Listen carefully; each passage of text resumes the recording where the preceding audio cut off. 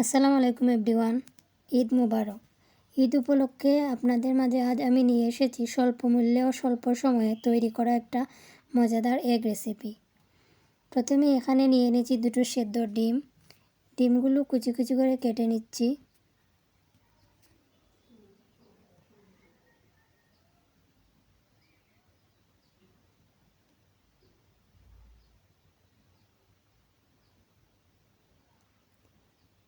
তারপর কেটে নিচ্ছি পেঁয়াজ, কাঁচামরিচ ও ধনেপাতা।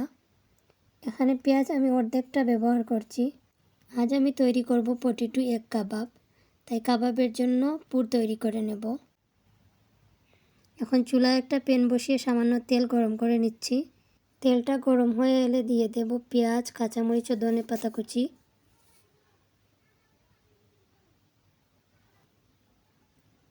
পেঁয়াজ হালকা একটু বাদামি হয়ে গেলে দিয়ে দেব কেটে রাখা ডিম।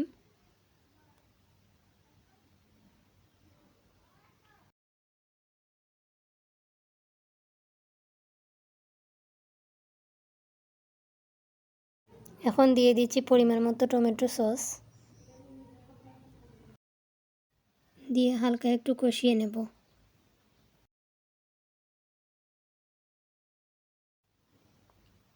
এই তো কাবাবের পুর রেডি। এখানে আমি ব্যবহার করছি দুটো সেদ্ধ আলু। আলুগুলো আমি ভালোভাবে ম্যাশ করে নিচ্ছি।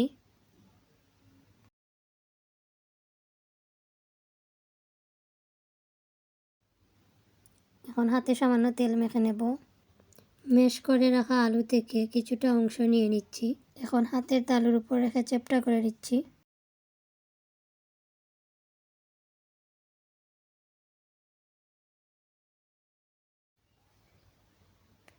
এখন দিয়ে দেব ডিমের পুর।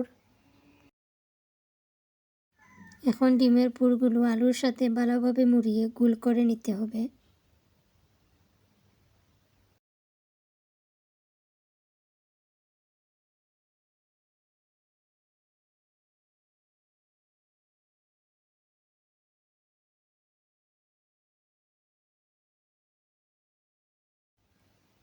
একইভাবে বাকি সবগুলো তৈরি করে নেব।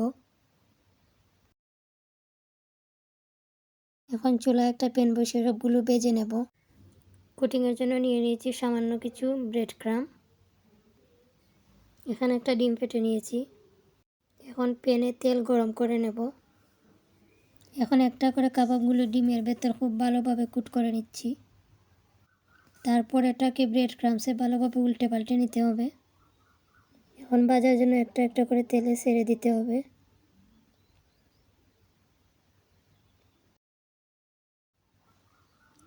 এখন উল্টে পাল্টে ভেজে নেব।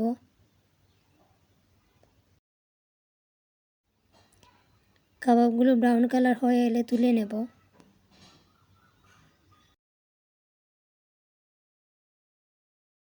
একইভাবে বাকি সবগুলো ভেজে নেব।